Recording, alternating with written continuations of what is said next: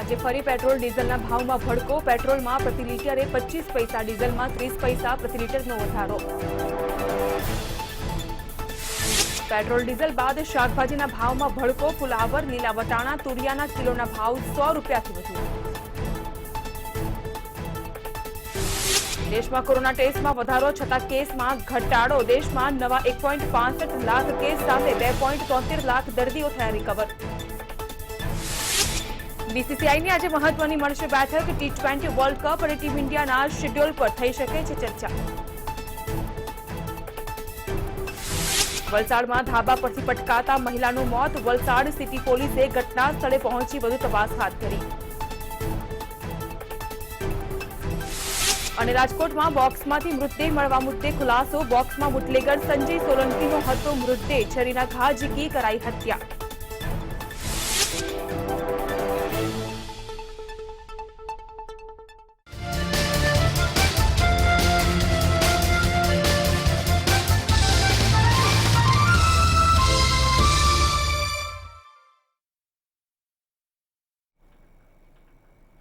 નમસ્કાર, આપ જોઈ રહ્યા છો મંતવ્ય ન્યૂઝ. બ્રેકફાસ્ટ ન્યૂઝ સાથે હું છું જાગૃતિ. બુલેટિનમાં સૌપ્રથમ વાત કરીએ મોંઘવારીના દર અંગે.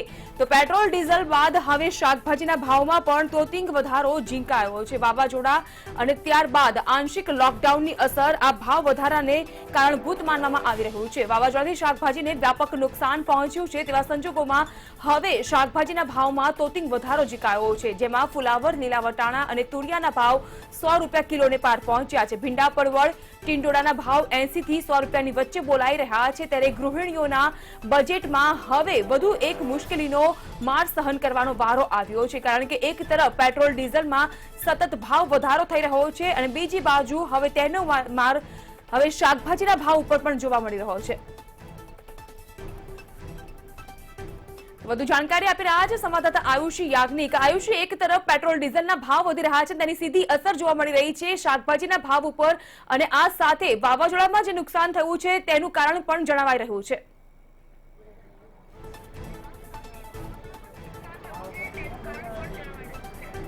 બિલકુલ જાગૃતિ, એક તરફ જે કોરોના મહામારી, બીજી તરફ જે કુદરતી આફત આવી હતી તાઉતે વાવાઝોડું, અને ત્યારબાદની વાત કરવામાં આવે તો પેટ્રોલ ડીઝલના ભાવ વધારો. આ તમામ વસ્તુઓના કારણે આખરે જે સામાન્ય માનવી છે તેને અત્યારે ભોગવવાનો વારો આવ્યો છે. જે સામાન્ય પરિવારો છે તેમનું બજેટ ખોરવાયું છે, કારણ કે હવે શાકભાજીના ભાવમાં પણ ભડકો થયો છે. મોટાભાગના શાકભાજી જે છે કે જેનો ભાવ છે તેમાં તોતિંગ વધારો થઈ ગયો છે, જેમાં ખાસ કરીને જે ઉત્તર તરફથી આવતા શાકભાજી હોય છે, ત્યારબાદ સૌરાષ્ટ્રમાં તાવતેના કારણે જે નુકસાન થયું છે તેના કારણે શાકભાજીની આવક ઘટી છે. એટલે ફુલેવાર, કોબી, વટાણા, ટામેટા, ગવાર, ચોળી, ટીંડોળા, જે શિમલા મરચા છે, રીંગણ છે, ભીંડા છે, દૂધી છે, આ તમામ શાકભાજી છે તેના ભાવમાં જે વધારો છે તે થયો છે. તો સાથે ડુંગળી બટેકાના ભાવમાં પણ તે જ પ્રકારની પરિસ્થિતિ છે. શાકભાજી વિક્રેતા, શાકભાજીના વેપારી છે તે આપણી સાથે જોડાયા છે. અહેમદભાઈ, તેમની સાથે વાતચીત કરીશું. અહેમદભાઈ, એક તરફ કુદરતી આફત આવી ગઈ, કોરોના મહામારી, પેટ્રોલ ડીઝલના ભાવ વધ્યા, અને હવે બાકી હતું તો શાકભાજીના ભાવ વધ્યા. કેટલા ભાવ વધ્યા છે અને એની કેવી માર્કેટમાં અસર જોવા મળશે? તાઉતે વાવાઝોડાએ વેરેલા વિનાશ પછી અને ખાસ કરીને જે કમોસમી વરસાદ થયો એના કારણે શાકભાજીના હબ ગણાતા મધ્ય ગુજરાત, દક્ષિણ ગુજરાત અને સૌરાષ્ટ્રમાં શાકભાજીના પાકને લગભગ 60 થી 70% જેટલું નુકસાન થયું છે. તદુપરાંત જે પણ આપણી રોજબરોજની જે શાકભાજી છે એ પરપ્રાંતમાંથી આવે છે, એટલે કે મહારાષ્ટ્ર છે, રાજસ્થાન છે, કર્ણાટક છે, દિલ્હી છે, હરિયાણા છે, પંજાબ છે, આવા પરપ્રાંતના રાજ્યોમાંથી આવે છે. એટલે આમ એકંદરે કહેવા જઈએ તો જે શાકભાજીનો જે સિઝનેબલ પાક હતો એને 60 થી 70% જેટલું નુકસાન થવાના કારણે શાકભાજીની આવકો પ્રમાણમાં ઓછી છે. આને પણ ભાવ વધારાનું એક કારણ ગણી શકાય. તદુપરાંત પેટ્રોલ ડીઝલના વધેલા ભાવોના કારણે ટ્રાન્સપોર્ટેશન ચાર્જમાં પણ વધારો થયો છે. એટલે કે જે ગાડી બેંગ્લોરથી 15 ટનની ગાડી, માનો કે બેંગ્લોરથી અમદાવાદનું ભાડું 65,000 હતું, એ અત્યારે 75 થી 80,000 રૂપિયા છે. એટલે આમ એકંદરે જો જોવા જઈએ તો તાઉતે વાવાઝોડું અને ત્યાર પછી જે પડેલો કમોસમી વરસાદ અને પેટ્રોલ ડીઝલના ભાવોના કારણે આ શાકભાજીના ભાવમાં વધારો થયો છે. પરંતુ સિઝનેબલ શાકભાજી જ્યારે 1.5-2 મહિના પછી જ્યારે સિઝનેબલ શાકભાજી ચોમાસું ચાલુ થશે તો ચોક્કસપણે ભાવ ઘટશે એવું મારું અનુમાન છે. અચ્છા, જે રીતે શાકભાજીના ભાવ વધ્યા છે એવા કયા કયા શાકભાજી છે કે જેના ભાવમાં અત્યારે તોતિંગ વધારો ઝીકાઈ ગયો છે? જે પરપ્રાંતના શાકભાજી એટલે કે કેપ્સિકમ મરચા છે, ગવાર છે, ભીંડા છે, વટાણા છે, જે ગાજર છે, કોબીજ છે, ફુલાવર છે, જે પરપ્રાંતમાંથી શાકભાજી આવે છે એમાં ભાવ વધારો થયેલો છે. તદુપરાંત જે આપણી લોકલ શાકભાજી જે રોજબરોજમાં આપણે ઉપયોગમાં લઈએ છીએ એને પણ આ વરસાદથી નુકસાન થયું હોય તો સ્વાભાવિકપણે જો શાકભાજીની આવક જ ઓછી હોય તો આ ભાવ વધારાનું મુખ્ય કારણ છે. અચ્છા, જે રીતે આપ કહી રહ્યા છો પરપ્રાંતથી આવતી શાકભાજી, પરંતુ જ્યારે તાવતેના કારણે આ ગુજરાત રાજ્યમાં પણ જે વિનાશ થયો છે તેના કારણે હવે ક્યાં સુધી લાગે છે કે આ મોંઘવારી જે છે શાકભાજીમાં રહેશે? આગામી કેટલા દિવસ સુધી લાગી રહ્યું છે? કુદરતે વેરેલા વિનાશના કારણે આ ભાવ વધારો છે, માનવ સર્જિત ભાવ વધારો નથી. પરંતુ જ્યારે પણ કંઈક 1.5-2 મહિના પછી જ્યારે સિઝનેબલ શાકભાજી એટલે કે ચોમાસું શાકભાજીની આવકો જો વધશે તો ચોક્કસપણે ગૃહિણીના બજેટમાં પોસાય એટલો જ ભાવ વધારો રહેશે. આમ તો એકંદરે જોવા જઈએ તો મે અને જૂન મહિનાની અંદર શાકભાજીના ભાવ સ્થિર હોય છે, પરંતુ જે વાવાઝોડાની પરિસ્થિતિને ખાસ કરીને જે કમોસમી વરસાદ થયો આના કારણે ભાવ વધારાનું આ મુખ્ય કારણ છે. બિલકુલ. તો જાગૃતિ, જે રીતે વેપારીએ જણાવ્યું કે આ અલગ અલગ 3 થી 4 બાબતો જે છે જેના કારણે શાકભાજીના ભાવમાં વધારો થયો છે, ગૃહિણીઓનું બજેટ ખોરવાઈ ગયું છે, ત્યારે હવે જે સામાન્ય પરિવારો છે તો જાય ક્યાં તેવી પરિસ્થિતિ સર્જાઈ છે. કારણ કે એક તરફ કોરોના ચાલી રહ્યો છે, વેપાર ધંધા ઘણા બધા ઠપ છે, બીજી તરફ તાવતે વિનાશ વેર્યો છે, બાકી હતું તો પેટ્રોલ ડીઝલના ભાવમાં પણ વધારો થયો છે અને હવે શાકભાજીના ભાવમાં ભડકો, એટલે કે ગૃહિણીઓનું બજેટ ખોરવાયું છે, સામાન્ય પરિવારો છે તેને મુશ્કેલી પડી છે. આયુષી, આપ જોડાયેલા રહેશો. રાજકોટથી જોડાઈ ચૂક્યા છે સંવાદદાતા ધ્રુવ કુંડેલ અને બીજી બાજુ સુરતથી સંજય મહંત પણ જોડાઈ ચૂક્યા છે. રાજકોટથી સૌથી પહેલા જાણવાનો પ્રયત્ન કરીશું. ધ્રુવ, જે શાકભાજીના ભાવ વધારો થયો છે તેને લઈને રાજકોટમાં કયા પ્રકારની સ્થિતિ? જી જાગૃતિ, જે રીતે વાત કરવામાં આવે તો તાવતે વાવાઝોડામાં જે સ્થાનિક પાક છે બગડ્યો છે તેના કારણે તેની આવક ઘટી છે. સીધા જ આપણે જુબેલી માર્કેટના દ્રશ્ય દેખાડીશ. હાલ અત્યારે જુબેલી માર્કેટમાં પણ કહી શકાય કે ગ્રાહકી નથી. એક બાજુ જ્યાં તાવતે વાવાઝોડું આવ્યું હતું આવક ઘટી છે, સાથે સાથે જો વાત કરીએ તો ગ્રાહકી પણ ઘટી છે. વેપારીઓ ક્યાંક ને ક્યાંક અસંતોષ છે, જે ગ્રાહકી થવી જોઈએ તે પ્રકારની ગ્રાહકી નથી થતી. એક બાજુ લોકડાઉન પણ છે, કોરોના કાળમાં કહી શકાય કે ત્યારે એક હાહાકાર મચાવ્યું છે કે આર્થિક સંક્રમણ પણ એટલી જ ફેલાઈ રહી છે. આપણી સાથે વેપારી છે, એમની સાથે વાત કરીશું, કઈ પ્રકારની પરિસ્થિતિ હાલ સર્જાણી છે આપણે જાણવાની કોશિશ કરશું. શું નામ છે આપનું? કિશોરભાઈ. કિશોરભાઈ, શું કહેશો, કઈ પ્રકારની પરિસ્થિતિ છે જુબેલી શાક માર્કેટની? કેટલા વેપારીઓ છે અહીં? વેપારી અહીંયા 70-80 વેપારી છે, પણ પરિસ્થિતિ એવી છે ગંભીર કે કોરોનાના હિસાબે માણસો આવતા નથી અને 2 કલાક થયા બેઠો, 3 કલાક થયા એક ગ્રાહક નથી આવતું, બરાબર. અને મંદી એટલી મંદી છે જોરદારની આ કે વાત પૂછોમાં. ખાસ કહી શકાય કે શાકભાજીમાં કેટલો વધારો થયો છે? વધારો નથી, ઘટાડો થયો છે. વધારો કાંઈ થયો નથી, બરાબર. એમ હાલતું એમ હાલ્યા રાખે છે, પણ ગ્રાહકી હાવ નથી, એમ છૂટક ગ્રાહકી નથી. તો સરકાર વેપારીની સહાય કરે, કાંઈક રોટલા નહીં ફાફા થઈ જાય જો આમને માયલું તો. શાક માર્કેટમાં કેટલા વેપારીઓ છે અંદાજે? 70 જણા, 60-70 જણા વેપારી છે, બરાબર.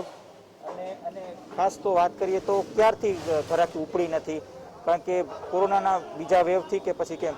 કોરોનાના બીજા વેક્સિન ને ગ્રાહકી જ હાવ છે જ નહીં હાવ. હાલ અત્યારે જે મુખ્યત્વે જે શાકભાજી છે તેમાં કેટલો વધારો છે અને કેટલો ઘટાડો, કઈ શાકભાજીમાં ઘટાડો છે? અમુક માલમાં જ વધારો છે, બાકી તો એકમાં બધું રાબેતા મુજબ પહેલાથી હાઈલું જ આવે છે. મંદી જ છે હાવ, બરાબર. 1-2 વસ્તુમાં ગુવાર છે એવું અત્યારે ઓછું હોય, તુરિયા છે એના ભાવ વધારો હોય, બાકી બધામાં મંદી છે. કેટલા ટકા મંદી આપ ગણાવી શકો છો? 20% મંદી છે, 20% હાવ. પણ શાકભાજીના 20%નું જે મંદી છે તેવું જણાવી રહ્યા છે વેપારીઓને. કહી શકાય કે અસંતોષ વ્યક્ત કરી રહ્યા છે. રાજકોટ જુબેલી માર્કેટની વાત કરીએ તો રાજકોટ જુબેલી માર્કેટમાં લગભગ 70 થી 80 વેપારીઓ છે કે જે ક્યાંક ને ક્યાંક હાલ વેપાર કરી રહ્યા છે, પણ અહીંનો માહોલ અત્યારે કહી શકાય કે કોરોના કાળમાં ગ્રાહકી ઘટી છે અને સ્પષ્ટપણે તેને લઈને વેપારીઓ અસંતોષ છે અને ક્યાંક ને ક્યાંક સરકાર પાસે તેવી માંગણી કરે છે કે તેમને પણ સહાય મળે. જી સુરતથી સંજય મહંત પણ જોડાઈ ચૂક્યા છે. સંજય, આપને પૂછવા માંગીશ કે અમદાવાદ અને રાજકોટની સ્થિતિનો આપણે ચિતાર મેળવ્યો, હવે સુરતની જો વાત કરીએ તો સુરતમાં કયા પ્રકારના પડઘા આ શાકભાજીના ભાવ વધારાને લઈને? શાકભાજીની વાત કરીએ તો વાવાઝોડા બાદ શાકભાજીના ઉત્પાદન પર તેની વિપરીત અસર થઈ છે. ખાસ કરીને સમુદ્ર કિનારાના પ્રદેશોમાં કે જ્યાં પાપડી, ભીંડાનું સૌથી વધુ વાવેતર થતું હોય છે, આવા વિસ્તારની અંદર વાવાઝોડાને લીધે સમગ્ર પાક નષ્ટ થઈ ચૂક્યો છે. વરસાદ વરસશે તો તેમાં પણ પાક નષ્ટ થઈ ગયો છે અને તેની સીધી અસર છૂટક બજારમાં જોવા મળે છે. સુરત એપીએમસી ખાતે શાકભાજીની આવકમાં ઘટાડો થયો છે. ખાસ કરીને 25 થી 30% જેટલો ઉત્પાદન ઘટ્યું છે અને તેની લીધે અહીં શાકભાજીમાં ભાવમાં સતત વધારો થયો છે. લોકો પરેશાન થઈ રહ્યા છે, વેપારીઓ પરેશાન થઈ રહ્યા છે. જે પ્રમાણે આપ શાક માર્કેટ અહીં સુરતના ભગર વિસ્તારમાં આવેલું આ શાક માર્કેટ છે, ત્યાં જોઈ શકો છો કે શાકભાજીની આવક ઓછી છે એટલે લગભગ તમામ સ્ટોલ ઉપર શાકભાજીનો જથ્થો પણ ખૂબ ઓછો જોવા મળી રહ્યો છે. તેની અસર વર્તાઈ રહી છે અને ભાવ સતત વધી રહ્યા છે, જેના લીધે સુરતવાસીઓમાં એક પ્રકારની નારાજગી તો ચોક્કસ કહી શકાય. ગૃહિણીઓનું બજેટ ખોરવાઈ રહ્યું છે એટલે શાકભાજીના ભાવો સતત વધી રહ્યા છે અને લોકો પરેશાન થઈ રહ્યા છે. પરંતુ હકીકત એ પણ છે કે વાવાઝોડાને કારણે સમગ્ર પાક જે છે એ નાશ થયો છે અને તેની સીધી અસર ઉત્પાદન પર થતા ભાવ સતત વધી રહ્યા છે. જી આભાર સંજય, આયુષી, ધ્રુવ, તમામ પ્રકારની માહિતી બદલ. તો અમદાવાદ, રાજકોટ અને સુરતથી આપણે સ્થિતિનો ચિતાર મેળવ્યો કે શાકભાજીના ભાવ વધારો થતા હવે કયા પ્રકારની સ્થિતિ માર્કેટમાં જોવા મળી રહી છે અને ખાસ કરીને ગૃહિણીઓનું બજેટ ખોરવાયું છે. એક તરફ પેટ્રોલ, ડીઝલ, ઈંધણમાં જે ભડકો થઈ રહ્યો છે અને બીજી બાજુ તાવતે ચક્રવાતને લઈને ખેડૂતોને અને જે પ્રકારે વેપારીઓને નુકસાન થઈ રહ્યું છે તેની સીધી અસર હવે જોવા મળી રહી છે. મોંઘવારીનો માર સતત વધી રહ્યો છે. શાકભાજીના ભાવ વધતા હવે ગૃહિણીઓનું બજેટ પણ ખોરવાઈ રહ્યું છે.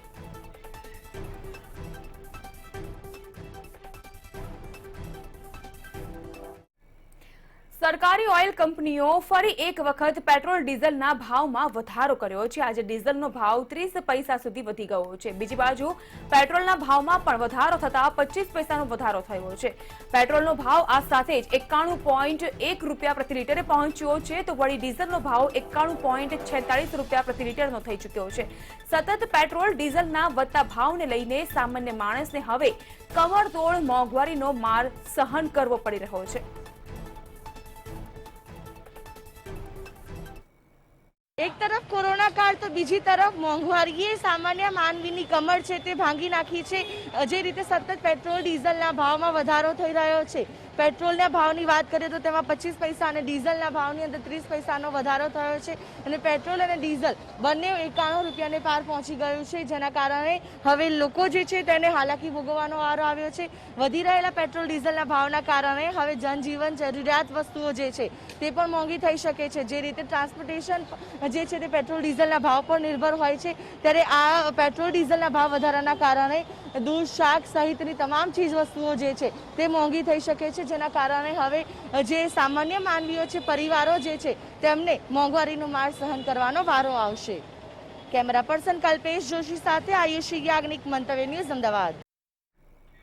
મહારાષ્ટ્રના થાણેથી મહત્વના સમાચાર સામે આવી રહ્યા છે. થાણેના ઉલ્લાસનગરમાં એક મકાનનો સ્લેબ ધરાશાયી થતા આ દુર્ઘટનામાં 7 લોકોના મૃત્યુ થયા છે. ત્યારે કાટમાળ નીચે 4 લોકો ફસાયા હોવાની આશંકાને પગલે હવે રાહત અને બચાવ કામગીરી પૂરજોશમાં કરવામાં આવી રહી છે. 5 માળની ઇમારત હતી અને તેનો સ્લેબ ધરાશાયી થતા TDRF અને ફાયર બ્રિગેડની ટીમ હાલ તો રાહત અને બચાવ કામગીરીમાં જોતરાઈ ચૂકી છે.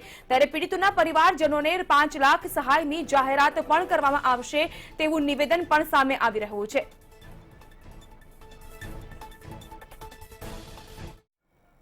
અને હવે વાત કોરોના કાળ અંગે.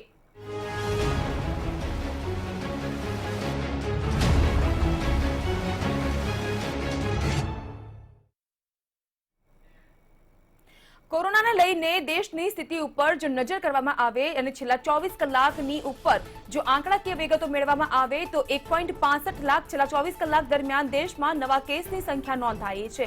આ સાથે છેલ્લા 24 કલાક દરમિયાન ડિસ્ચાર્જ થનાર દર્દીઓની સંખ્યા છે 2.73 લાખ, એટલે નવા કેસની સરખામણીમાં ડિસ્ચાર્જ થનાર દર્દીઓની સરખામણીમાં તફાવત જોવા મળી રહ્યું છે. તો વળી 3460 જેટલા દર્દીઓ છેલ્લા 24 કલાક દરમિયાન મૃત્યુ પામ્યા છે. આ સાથે જ એક્ટિવ કેસનો આંક છે ભારત દેશનો 22.14 લાખ પર.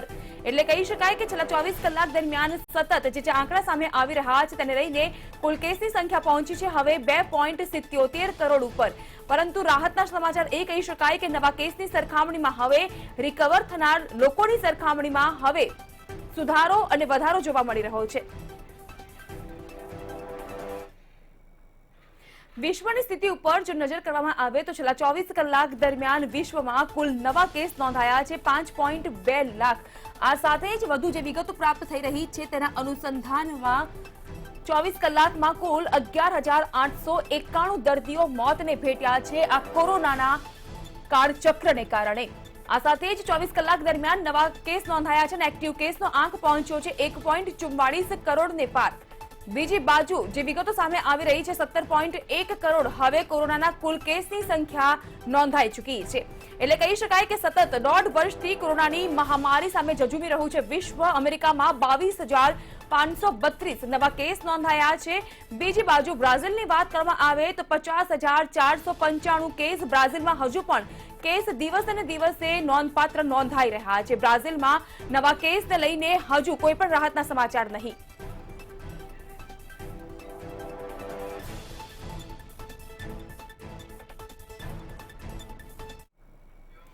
હવે ગુજરાતની સ્થિતિ ઉપર જો નજર કરવામાં આવે તો ગુજરાતમાં રાહતના સમાચાર એ કહી શકાય કે નવા કેસની સરખામણીમાં હવે રિકવરી રેટ સુધરી રહ્યો છે. છેલ્લા 24 કલાક દરમિયાન 2521 નવા કેસ નોંધાયા છે અને તેની સામે ડિસ્ચાર્જ થનાર દર્દીઓની સંખ્યા છે 7,965. આ તફાવત સ્પષ્ટપણે આંશિક રાહતના સમાચાર આપી રહ્યા છે. 24 કલાકમાં હવે મૃત્યુ આંક ઘટતા રાજ્યમાં 27 જેટલા દર્દીઓના મૃત્યુ નોંધાયા છે કોરોનાને કારણે. તો વળી કુલ એક્ટિવ કેસનો આંક રાજ્યમાં નોંધાઈ રહ્યો છે 43,611 નો.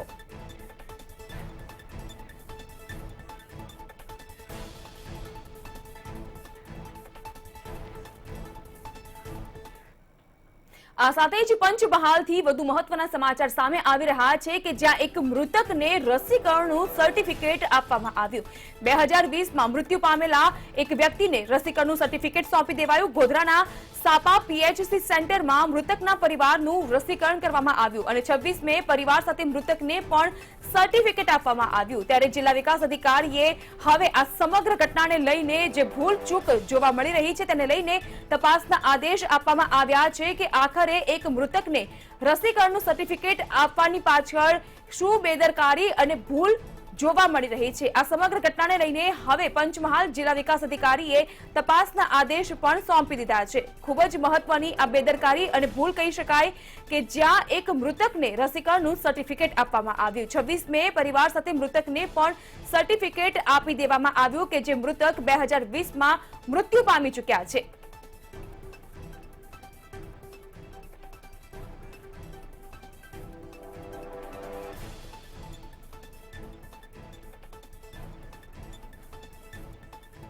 ત્યારે આ સમગ્ર ઘટનાને લઈને મંતવ્ય ન્યૂઝ દ્વારા કેટલાક સળગતા સવાલ પણ કરવામાં આવી રહ્યા છે કે આટલી મોટી બેદરકારી અને ભૂલ પાછળ આખર જવાબદાર કોણ અને જો જવાબદાર વ્યક્તિ સામે આવશે તો તેની સામે કયા પ્રકારના પગલાં ભરવામાં આવશે. યોગ્ય ડેટાની શું નોંધણી થતી નથી કે પછી ડેટા અપડેટ નથી થતા તેનું આ એક નરવું વાસ્તવિક પરિણામ કહી શકાય કે જ્યાં એક મૃતકને જ રસીકરણનું સર્ટિફિકેટ આપી દેવાયું અને કઈ રીતે આ સર્ટિફિકેટ આપવામાં આવ્યું.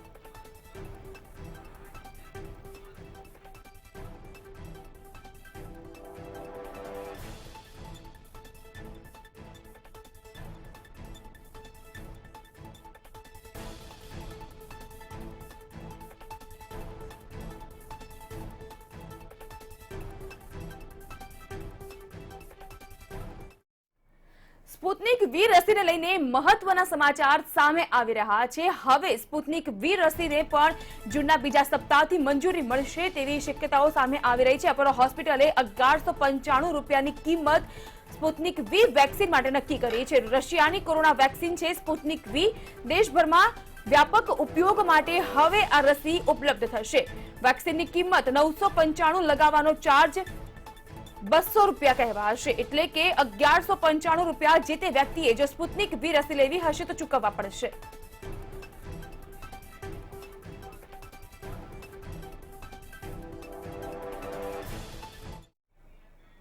રંગીલા રાજકોટથી મહત્વના સમાચાર સામે આવી રહ્યા છે કે જ્યાં હવે સિન્ડ્રોમના કેસ દેખવા મળી રહ્યા છે.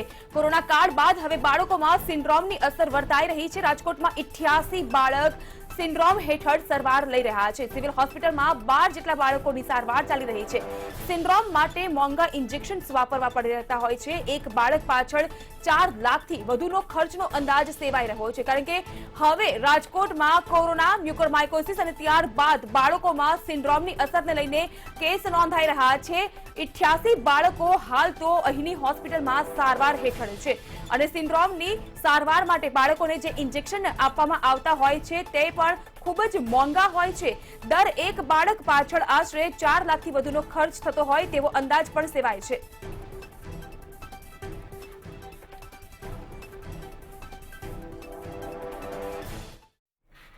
કોરોના સંક્રમણ વધી રહ્યું છે તેવા સંજોગોમાં હવે આંતરરાષ્ટ્રીય કોમર્શિયલ ફ્લાઇટ્સ પર રોક લંબાવવામાં આવી છે. જૂનના અંત સુધી આ પ્રતિબંધ લાગુ રહેશે. મહામારીની સ્થિતિને જોતા ડીજીસીએ આ મહત્વનો નિર્ણય કર્યો છે. છેલ્લા 15 માસથી આંતરરાષ્ટ્રીય ફ્લાઇટ્સ બંધ છે. મંજૂરી ધરાવનારી ફ્લાઇટ્સ જ ઉડાન હાલ ભરી શકે છે, પરંતુ તે સિવાયની બાકીની તમામ ફ્લાઇટ્સ બંધ છે.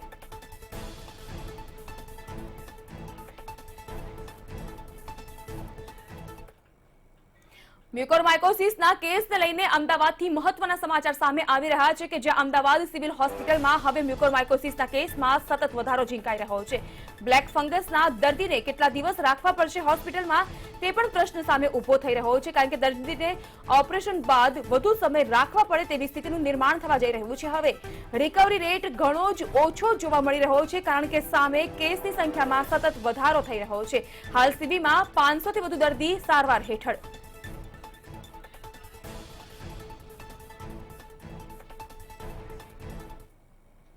મહત્વના સમાચાર આવી રહ્યા છે. શાળામાં ફાયર એનઓસીને લઈને જે પ્રકારની વિગતો હાલ હાથ લાગી રહી છે તેના અનુસંધાનમાં ડીઈઓનો તમામ સંચાલકોને ફાયર એનઓસી લેવા માટે પરિપત્ર આપવામાં આવી રહ્યો છે. ફાયર એનઓસી ન ધરાવનાર શાળા માટે હવે આ ફરમાન લાગુ થશે. આવી શાળામાં આગ લાગે તો સંચાલક જ જવાબદાર ગણાશે. આગની દુર્ઘટનામાં સ્કૂલ પ્રિન્સિપલને જ જવાબદાર ઠેરવવામાં આવશે અને હજુ પણ 870 શાળા પાસે ફાયર એનઓસી ન હોવાની વિગતો પણ પ્રાપ્ત થઈ રહી છે. તેવા સંજોગોમાં હવે શાળામાં આગ ન લાગે તે માટે ડીઈઓએ તમામ સંચાલકોને ફાયર એનઓસી લેવા પરિપત્ર જાહેર કર્યો છે.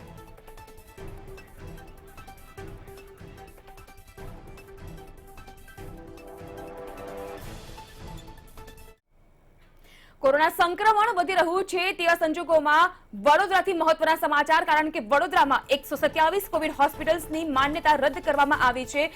વડોદરા મ્યુનિસિપલ કમિશનરે આ આદેશ આપ્યો છે, કારણ કે ફાયર એનઓસી ન લેનાર હોસ્પિટલની માન્યતા હવે રદ કરવામાં આવી રહી છે, જેમાં વડોદરાની 127 કોવિડ હોસ્પિટલ્સનો પણ સમાવેશ થઈ રહ્યો છે. કોરોનાના નવા દર્દી દાખલ હવે આ હોસ્પિટલ નહીં કરી શકે.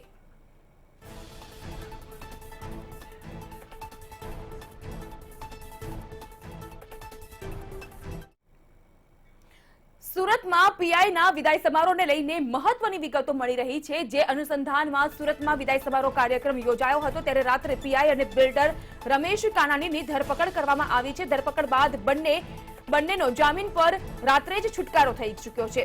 એપિડેમિક એક્ટ અનુસાર ગુનો નોંધવામાં આવ્યો હતો. પીઆઈની બદલી થતા વિદાય સમારોહ યોજવામાં આવ્યો હતો કે જેમાં કોવિડ-19ના નિયમોનું ઉલ્લંઘન થયું હતું અને રાત્રિ કર્ફ્યુ હોવા છતાં પણ કર્ફ્યુના સમયગાળા દરમિયાન જ ફાર્મ હાઉસમાં પીઆઈના વિદાય સમારોહ માટે પાર્ટી યોજવામાં આવી હતી. તેવા સંજોગોમાં ગુનો દાખલ કરવામાં આવ્યો હતો એપિડેમિક એક્ટ અનુસંધાનમાં.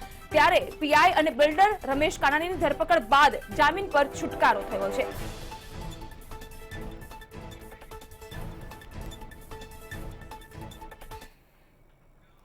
બુલેટિનમાં આગળ વધીએ. અંતે લાંબી ઇંતજારી બાદ કોરોનાનો દેશી ઇલાજ એટલે કે સંપૂર્ણપણે સ્વદેશી રીતે વિકસાવાયેલી 2DG તૈયાર થઈ ગઈ છે અને પાવડર ફોર્મમાં રહેલી આ દવાનું 990 રૂપિયાનું એક પાઉચ ઉપલબ્ધ થશે.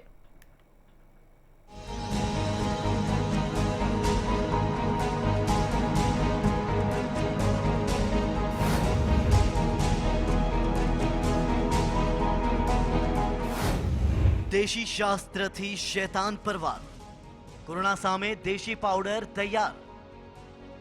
ડીઆરડીઓએ તૈયાર કરી છે 2DG. 2DGના એક પાઉચની કિંમત જાહેર 990 રૂપિયામાં મળશે એક પાઉચ. હોસ્પિટલને મળશે ડિસ્કાઉન્ટ પ્રાઇસે. કોરોના મહામારીના ઇલાજ માટે તૈયાર કરાયેલી 2DGની કિંમત નક્કી કરી લેવાઈ છે. આ દવાનું એક પાઉચ 990 રૂપિયામાં મળશે. બહુ જલ્દી આ દવા બજારમાં ઉપલબ્ધ બનશે, જ્યારે કે સરકારી હોસ્પિટલને આ દવા ડિસ્કાઉન્ટ પ્રાઇસથી અપાશે. ડિફેન્સ રિસર્ચ એન્ડ ડેવલપમેન્ટ ઓર્ગેનાઇઝેશને આ દવા ડોક્ટર રેડ્ડીઝ સાથે મળીને તૈયાર કરી છે.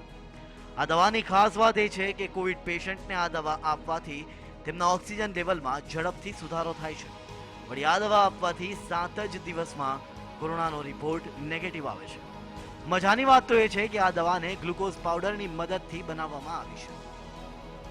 65 વર્ષથી ઉપરના દર્દી પર પણ અસરકારક. પાવડરને પાણીમાં મેળવીને દર્દીને આપવાનો. દવા સીધી જ કરે છે વાયરસ પર અસર. વાયરસને અટકાવે છે આગળ વધતો. બીજી રાહતની મોટી વાત એ છે કે આ દવાના ટ્રાયલના 3 તબક્કામાં એ વાત સિદ્ધ થઈ છે કે આ દવા 65 વર્ષથી ઉપરના દર્દીઓ માટે પણ એટલી જ અસરકારક છે. પાવડર ફોર્મમાં આવતી હોવાથી તેને પાણીમાં મેળવીને જ દર્દીને આપવાની છે. પરીક્ષણોમાં એ સિદ્ધ થયું છે કે લોહીમાં ભળીને આ દવા સીધી જ વાયરસથી અસરગ્રસ્ત કોષ તરફ જાય છે અને એ કોષમાં ઘૂસીને વાયરસને આગળ ફેલાતો જ અટકાવે છે. આ દવા દેશ માટે ત્રીજી લહેર આવતા પહેલા નિર્ણાયક સાબિત થઈ શકે એમ છે. ડોક્ટર રેડ્ડીઝ આ દવાને જલ્દીથી બજારમાં ઉપલબ્ધ કરાવવાના પ્રયત્નમાં છે. બ્યુરો રિપોર્ટ, મંતવ્ય ન્યૂઝ.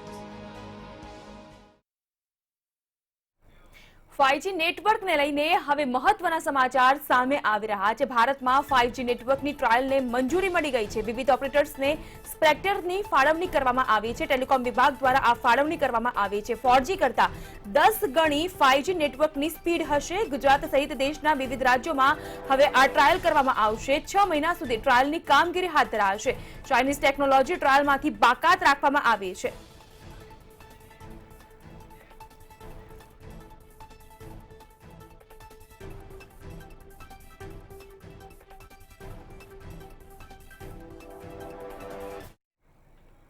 વિશ્વના સૌથી ધનિક વ્યક્તિઓની યાદીમાં હવે વધુ એક વખતના ધરખમ ફેરફાર જોવા મળી રહ્યા છે, કારણ કે જેફ બેઝોસને પછાડીને બર્નાર્ડ એર્નોલ્ટ હવે ટોપ પર બિરાજમાન થઈ ચૂક્યા છે. વિશ્વના સૌથી ધનિક તરીકે બર્નાર્ડ એર્નોલ્ટ પ્રથમ ક્રમાંક પર ફોર્બ્સ રિયલ ટાઈમ બિલિયનરની યાદીમાં મહત્વના ફેરફાર જોવા મળી રહ્યા છે.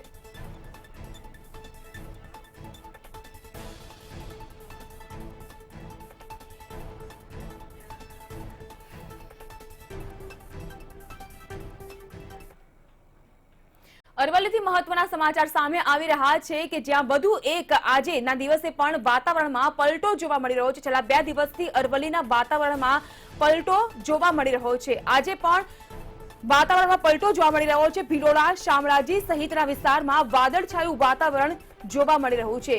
કાળા ડિબાંગ વાદળોથી આકાશ ઘેરાઈ ચૂક્યું છે. અસહ્ય ગરમી અને બફારાથી અહીંના સ્થાનિકો હવે ત્રાહિમામ પોકારી ઉઠ્યા છે.